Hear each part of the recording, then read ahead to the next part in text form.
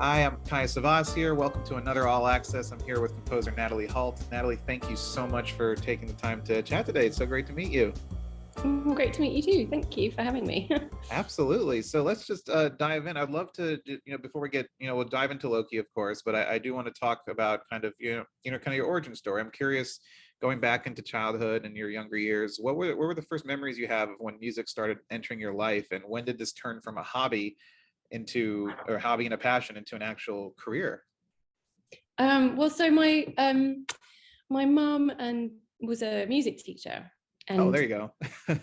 yeah, she was like teaching cello and piano, and so there was always like lots of music going on in the house. And I think just having access to instruments is really important for kids as well, because I can remember just messing around on the piano and making up tunes and stuff. So yeah, that's kind of, but then actually, I mean, what really got me interested in film music was watching E.T. when I was 5.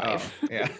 I mean, that's still the moment when I always go to the Hollywood Bowl just to see John Williams, and just when I just pour out crying when he does that live to picture, especially that final act. He'll do the whole 20 minutes, and it's like, oh my God, it's so good. Like where they take off on their bikes, and Oh yeah, it's I think emotional. one of my favorite scores of all time. Like, I know Yeah, me too. I mean, it's just beautiful. So when did you always set out to, you wanted to make this a career, and what were kind of the first steps you had, I guess, getting your foot in the door, so to speak?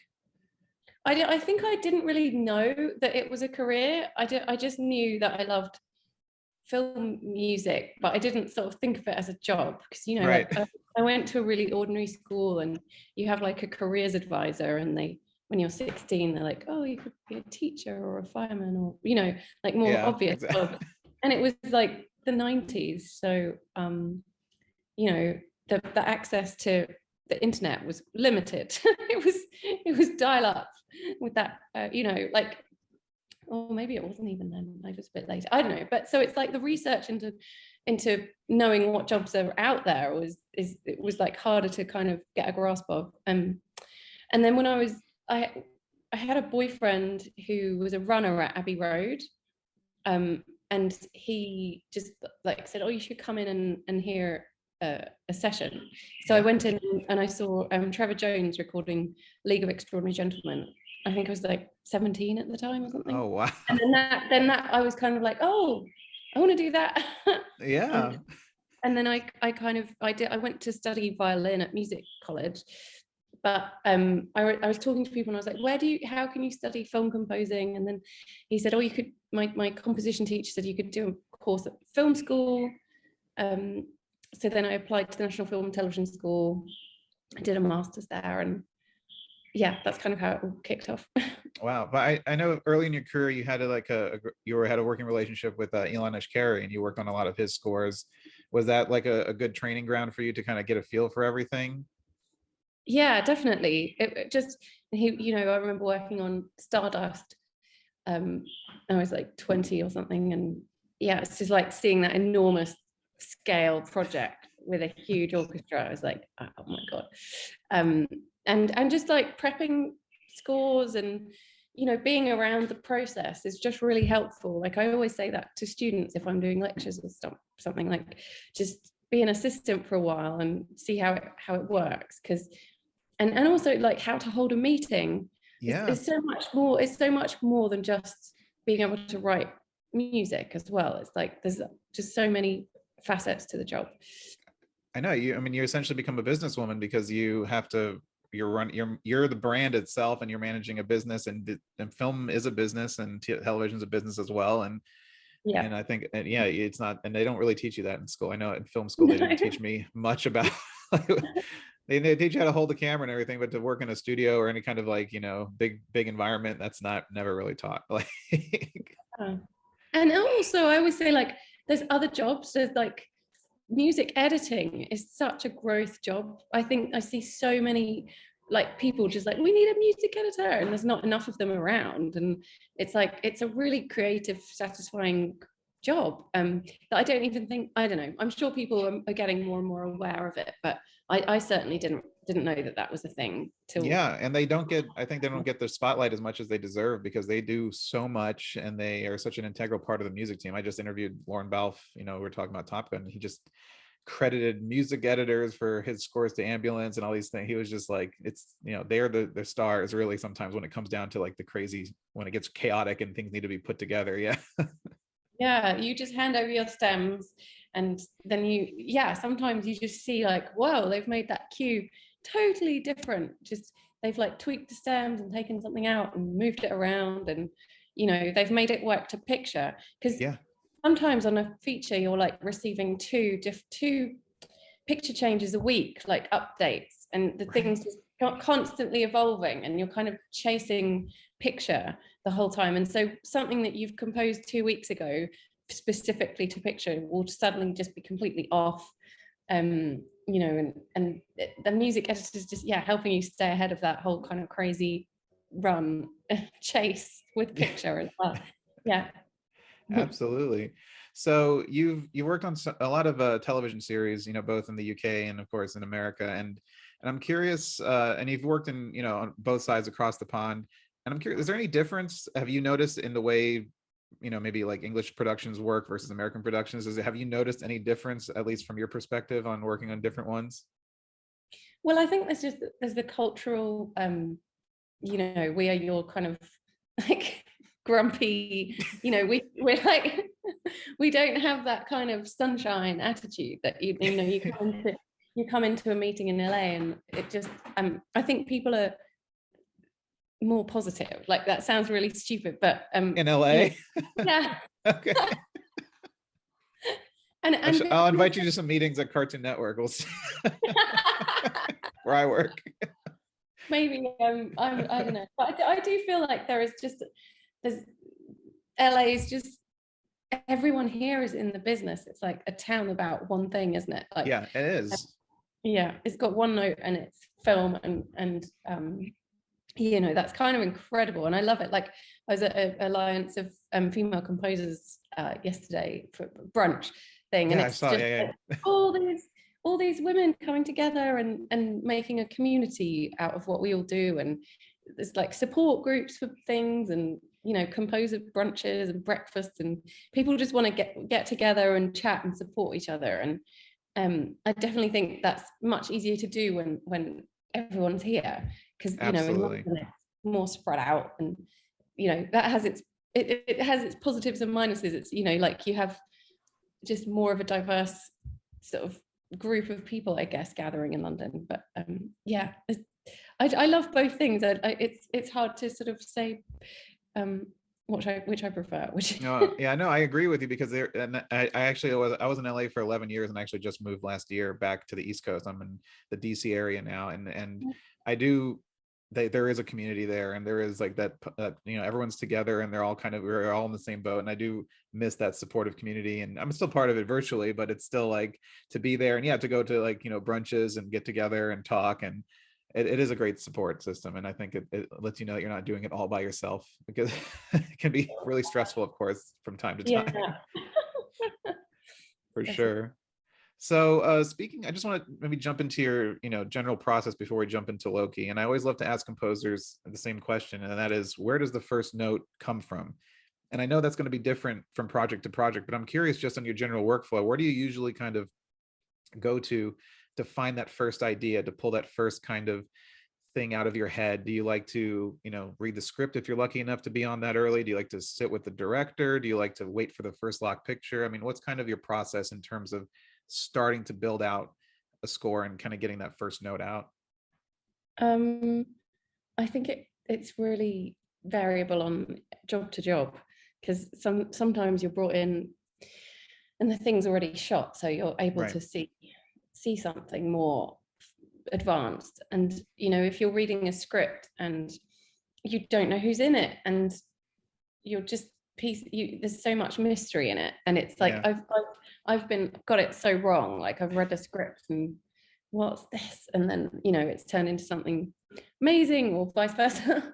And then in terms of it's I don't know, sometimes I'll read a script and I'll just really connect with the story, and have lots of ideas as I'm reading. And then, you know, Loki was different because so much of Tom existed, like his performance already existed, and I was reading that script with almost like a much more advanced sort of notion of what it was going to be and what his character was.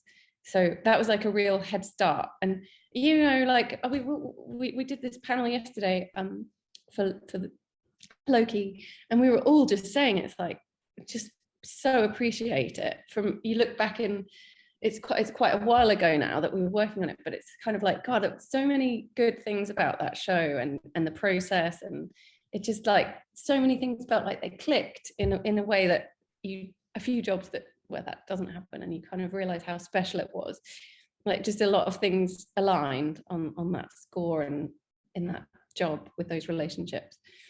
Absolutely. So you got to work with Michael Waldron, who is the showrunner of the series. So I'm curious, when you first got hired and you started to work on it, what were those first conversations about musically? What were the, you know, and we talk about how Loki has been an established character, especially in the Marvel Cinematic Universe, and he's been in films, he's been the main villain, he's been a supporting character. So I'm curious, what was the starting point for this series?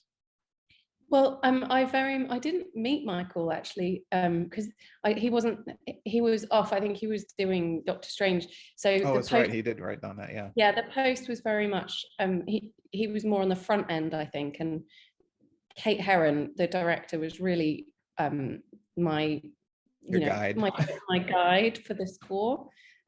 She was the director, and she just had such a strong vision for the score, and so yeah, it was really me and her working together on that. And she'd done a pitch document to win the job herself, and there was music in there and references, and weirdly a lot of them aligned with the ones that I kind of came to as well.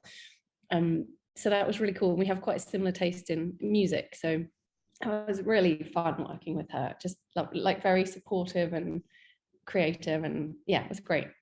And I love the kind of unique kind of tone and atmosphere of the show as well. And I think your score does such a fantastic job of not only enhancing the performances and kind of building out that soundscape. Is it like a trial and process for you to, I mean, or for on any project to like find that tone, that specific tone, to make sure that you're hitting the emotional beats, you're making sure that the characters are well represented? Like, was it a tricky thing for Loki to find it, or was it kind of obvious kind of right off the bat?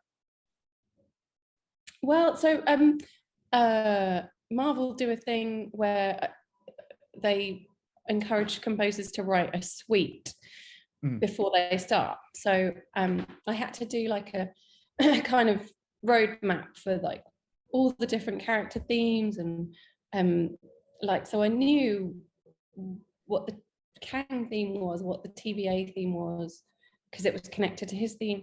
Loki, Mobius, Sylvie. Like I had all those temp poles, as you like already. Right. So then when I watched the scene, like this doesn't always happen at all. Like you can come up with a suite, and then you watch the film, you're like, oh God, this doesn't go at all. I need to do something else. But like luckily, like that suite really stuck. Like it's all in there. Like it and it was kind of like I'd watch a scene and be like, oh, that needs to be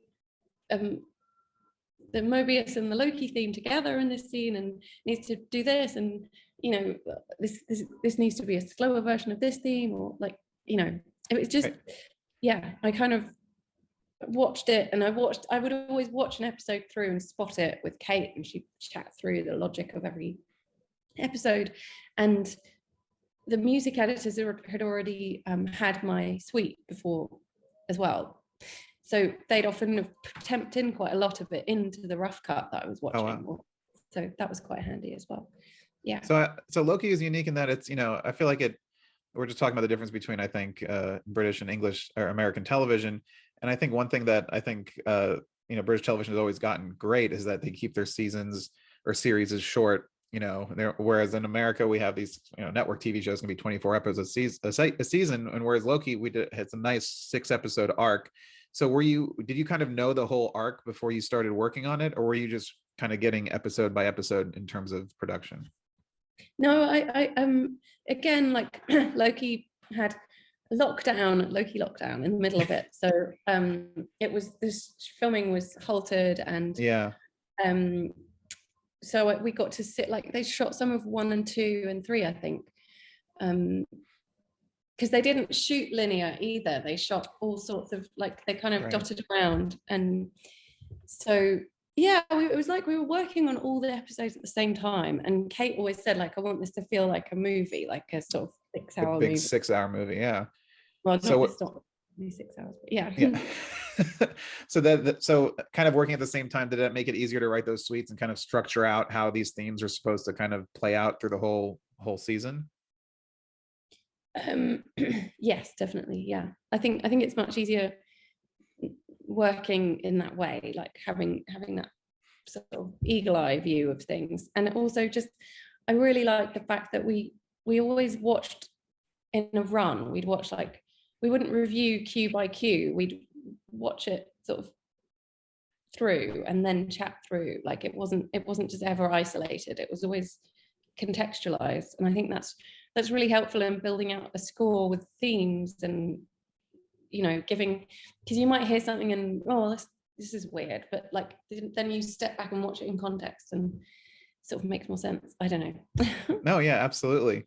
Yeah. And I mean, you're mentioning a lot of the themes you were doing. Is there any specific theme that was like a personal favorite of yours, or was there someone that was maybe harder to crack and try to find? Oh, the hardest one was the love theme I wrote.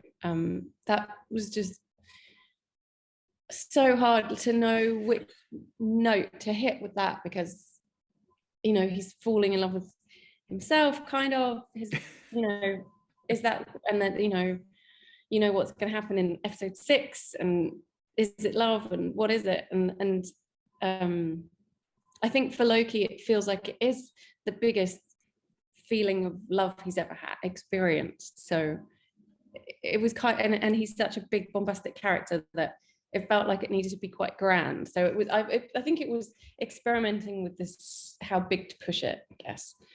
Yeah.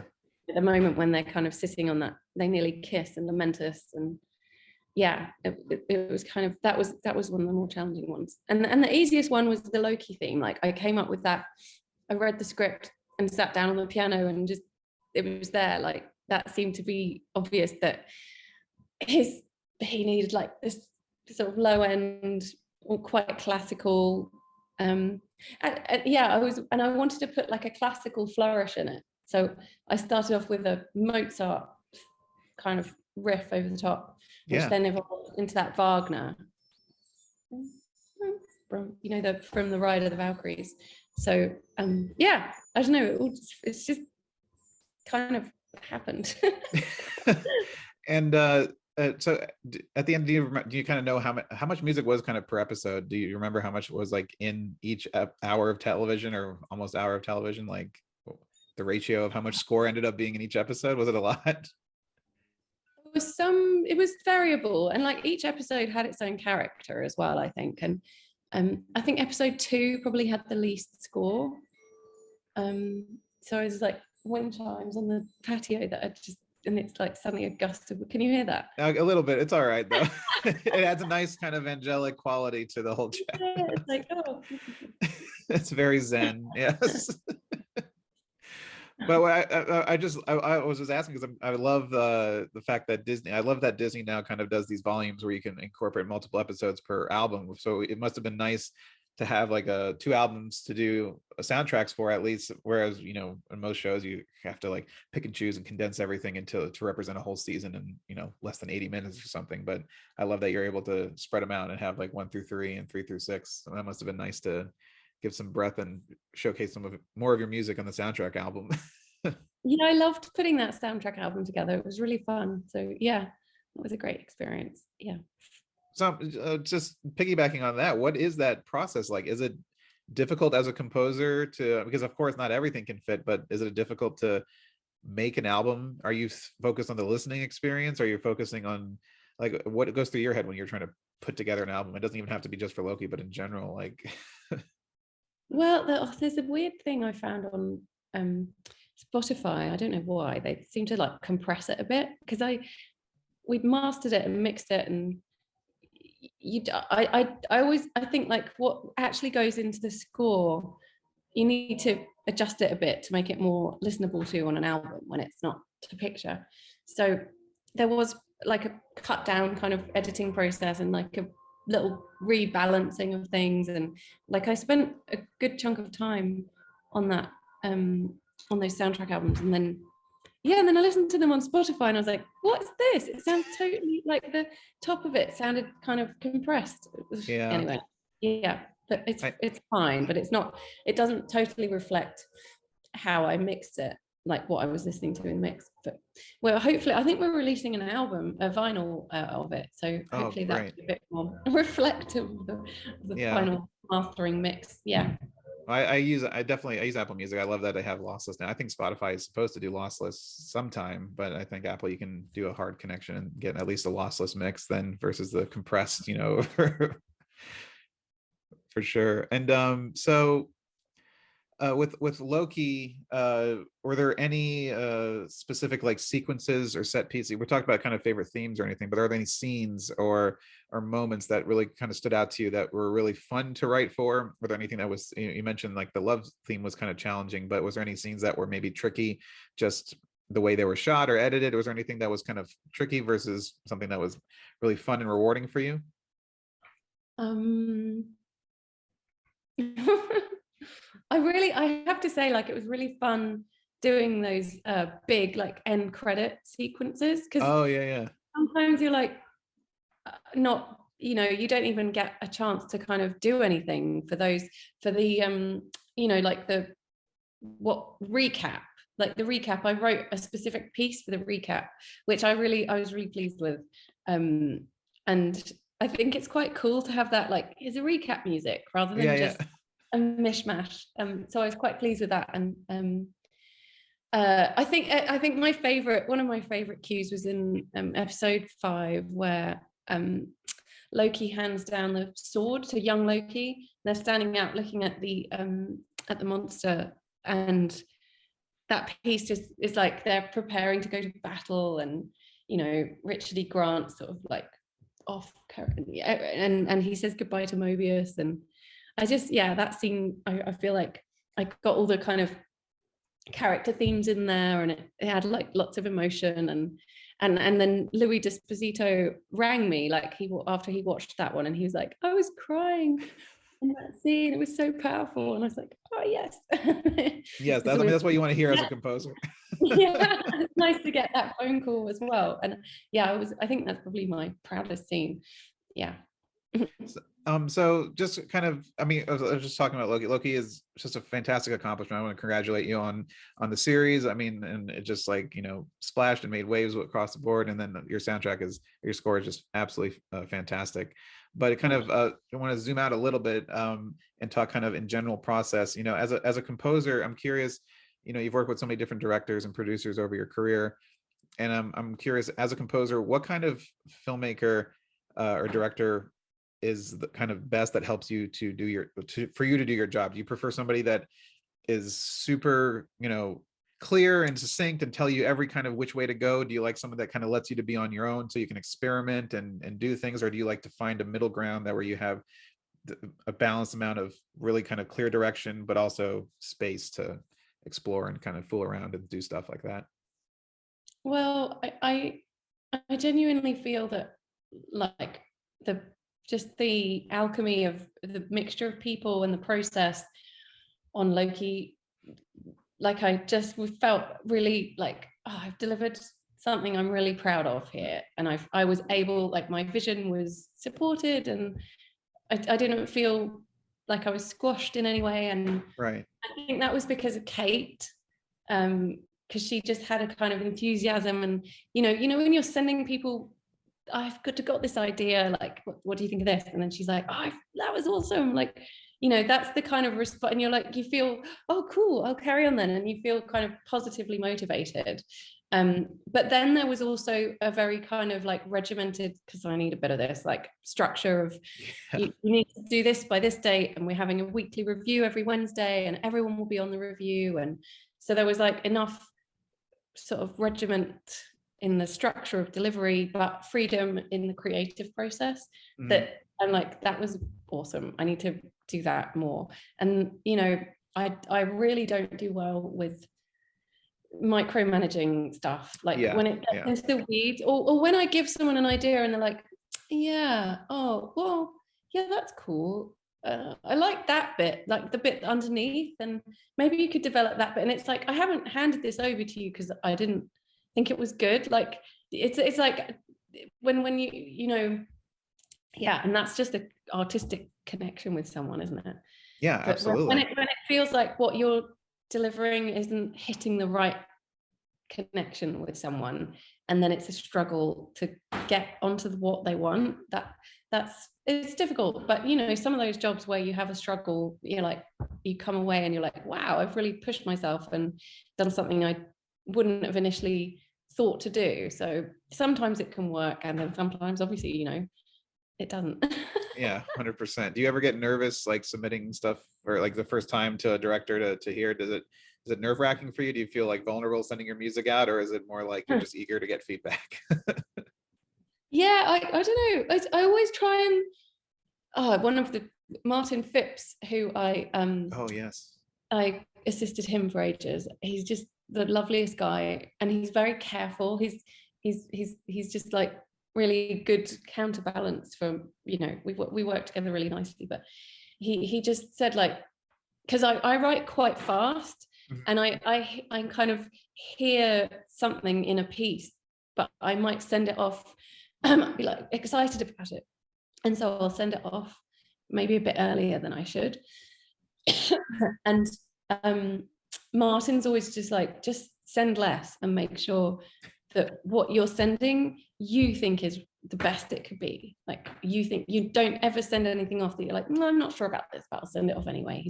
He's always just like, make sure at least what you're sending you think is good, the best. So I think that's good advice. Yeah. No, yeah, that is great advice. That's absolutely. I think sometimes if you like send off like huge amounts of music to a director, like, I've come up with these 15 ideas, what do you think?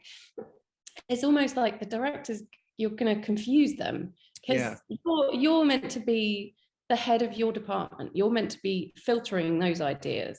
Like, don't ever send so many ideas to the director, because that's kind of your job, is to decide which one of those 15 ideas is the best. It's not the director's job, I think. Absolutely. I think, I mean, composers need to consider themselves filmmakers and storytellers as well. And, you know, you're helping, you know, you're helping realize, you know, other people's visions, but you're also part of that vision as well. So I think it's important to, you know, take pride in that you're helping tell the story the best way possible, not just be like, here's a, you know, buffet line, just pick whatever you want. And, you know, Yeah. So there is, before we wrap up, there is one project I know that is coming up that, you know, people are talking about. It's a small little series called Obi-Wan Kenobi, and I know you're doing the score for it. I know we can't talk about it too much into detail. You know, we don't want to do any spoilers. You know, people need to experience this on their own. But I'm curious, what was it like, you know, from your point of view when you got to do, you know, hired for this project, and especially the fact that John Williams is contributing some music that you're working with as well? What were kind of the emotions that you were going through, and is there anything we can that you can talk about that we can look forward to? Well, I think like John's theme is just so beautiful. Like, and you know, it's different. I think it's really emotional, and yeah, it feels like it's kind of a developed John Williams. Like, you know, it's something that I don't think he would have done earlier on in the early Star Wars canon. So I think it's people can, like, something different for him, I think. And it's just, what was it like? I mean, we just talked about earlier how ET is your favorite score. I mean, you must have been like fangirling out, you know, like, you know, getting like, oh, honestly, it was so overwhelming. Like, there were just moments where I was like, oh my God, I'm like in LA at the Fox scoring, the Newman scoring stage, with all these musicians who are John Williams. They're John Williams's crew, and they're all playing for me, and it's like, this is just insane, like really insane. But you know, luckily it was quite a tight deadline. It was quite a quick job. So it was like I didn't have too much time to sit and panic. It's like, come on, just get on with it. But it was just awesome. Like, I just feel like, so I just, you know, what a gift to be able to get to work on a Star Wars project with John Williams. It's just bonkers. I'm so thrilled. But it's because of Loki. Like, I really feel that Loki changed my life, you know. Yeah, I think so. Yeah, I mean, absolutely, and it's such a well-deserved as well. So I can't Thank you. wait to hear what you do with Obi-Wan, and I hope we can do this again in the future. Some other time we can delve into that more into detail. But before we wrap up, I want to just ask just a few fun questions. You know, maybe not music related, because I always like to know composers as a person. So I'm curious, like when you're not doing work, when you're not doing music, what are some fun hobbies that you like to do to help you relax, to refresh, to kind of reset the mind? Do you do anything to help you creatively reset between projects, or do you, if you have those gaps between projects, which is probably not too often? But...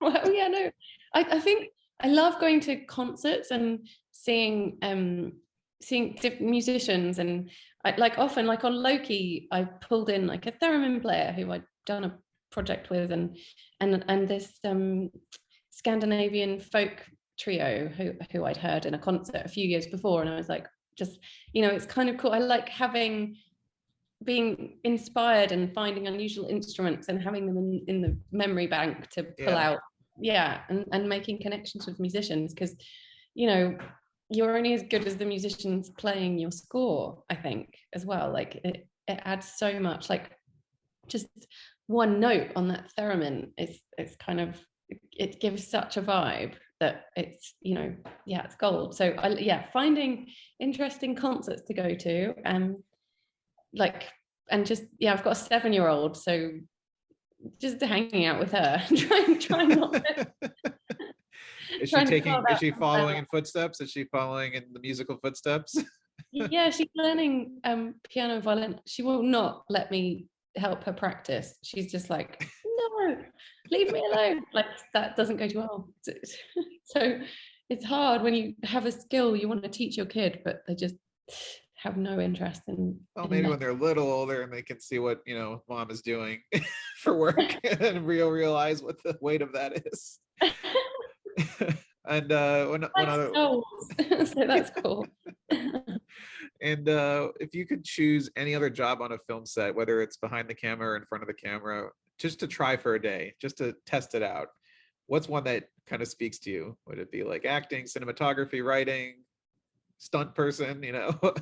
I always love the whole process. Like, when I went to film school in the first year, we did like quite a lot of cross-curricular exercises.